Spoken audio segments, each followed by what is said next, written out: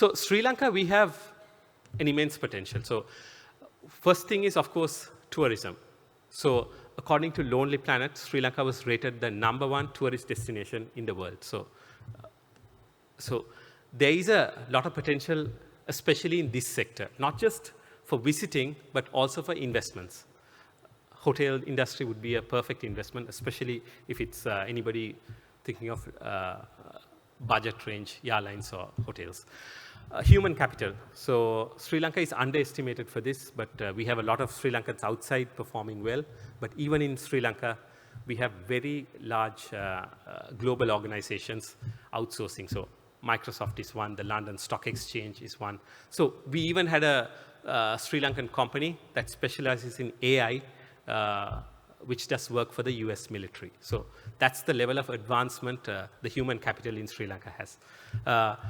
Resilience, so we've been through this is a country that has gone through a lot of crisis, but surprisingly it comes out. So even, for example, if you look at countries which went up to 70% inflation, they haven't recovered really, like Lebanon or others. But Sri Lanka, though we went through that in 2022, we have achieved some sort of stability at the moment, though there is a long way to go. Renewable energy, that's another area. For example, wind energy. According to a World Bank report, not just on land, but offshore wind energy potential itself is more than enough to cover Sri Lanka's demands. So we can easily be a net exporter to countries such as India, and if we can work on green hydrogen and others, to the rest of the region. So there is potential in that. And not only that, solar power. So regions such as Mana and all have one of the highest solar power density in the region. Strategic location, I mean, I don't have to say this, located perfectly next to one of the fastest growing major economies in the world, as I mentioned before in my previous slide, India. So Sri Lanka is literally a gateway to the region. And also on this side, we have the Gulf countries, oil-rich Gulf countries, and on the other side, we have the successful Southeast Asian nations. So it's perfectly positioned to take this. And also, as far as Sri Lanka, I mean, I'm not trying to downgrade any other countries, but there is, especially after the 2022 economic crisis, there is a perception among many that, Sri Lanka is not as successful, or it's not a successful country. So what I would like to say is give a few facts that not many Sri Lankans, even Sri Lankans, know about. So it is, even right now, even with the crisis and with the default status, Sri Lanka is still the richest country in South Asia, GDP per capita. So this is with the exception of Maldives.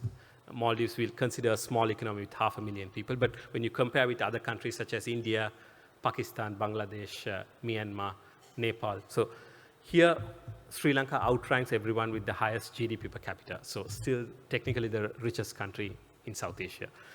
Sri Lanka scores highest on Human Development Index, so highest in South Asia. So we always had a very good focus towards developing our human capital. When it comes to life expectancy, highest in South Asia, again. So at many times, we were almost equal to Japan in that. When it comes to education index, according to the UNDP, this thing, Sri Lanka, once again, ranked #1. When it comes to health index, according to Statista, Sri Lanka ranks #1 when it comes to healthcare. And according to one of their reports, the public healthcare is even better than the public healthcare of the US.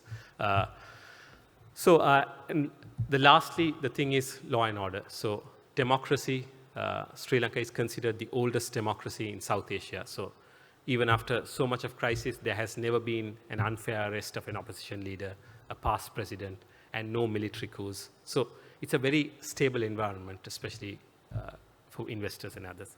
So with this, I'll conclude.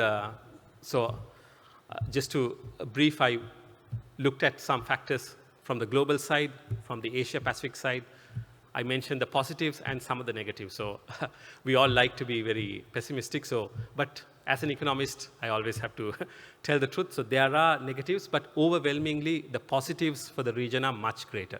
We are seeing the shift of capital and economic growth clearly towards the east. So this is the region to be, and there are great potentials, like India is one, and there are more reasons to be optimistic than be pessimistic. So more reasons to be positive than negative. Thank you very much.